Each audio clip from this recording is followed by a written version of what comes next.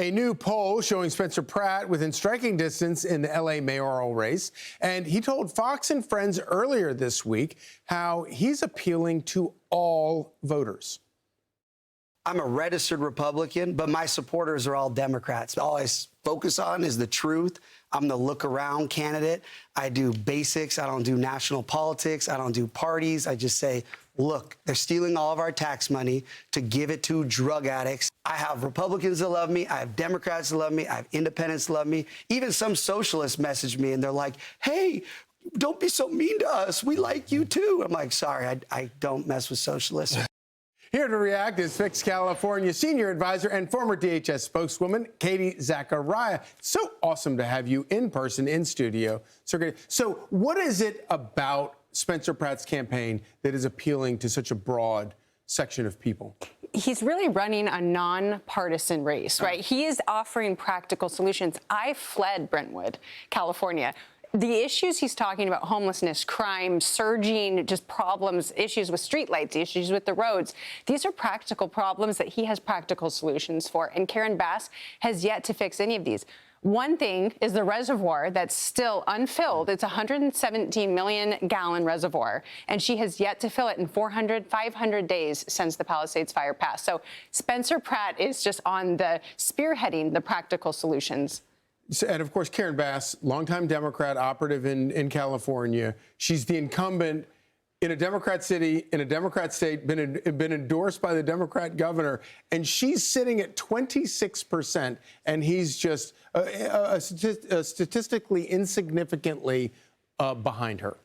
Yeah, and look, Karen Bass, the fact that she hasn't been held accountable for the problem she's created just shows what a stronghold the establishment Democrats have over our city and over our state. We even have a city councilman right now proposing that illegal aliens vote in our citywide elections, and this is one of the biggest issues that you have in California. Without voter ID, without any kind of regulation on who's coming to the polls, it is very difficult for a Republican to win Los Angeles or statewide. So I want to touch on that. Let's be very realistic about this. Obviously, 22% for Pratt in this poll. Other polls have shown similar success. Is an incredible success in a three-way race, but it's still an uphill climb for him. It's an uphill climb because by June 2nd, when the California primary is, this coming Tuesday, when the California primary happens, the top two advance to November, unless someone makes it over the 50% threshold. So Spencer Pratt needs to be in those top two. And so that is where he's going to appeal to the independent voters.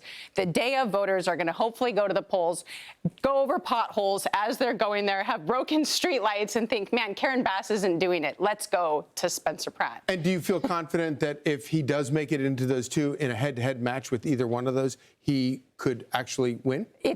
So that's a very difficult question without voter ID. And I keep going back to it because Republicans have a tough uphill battle.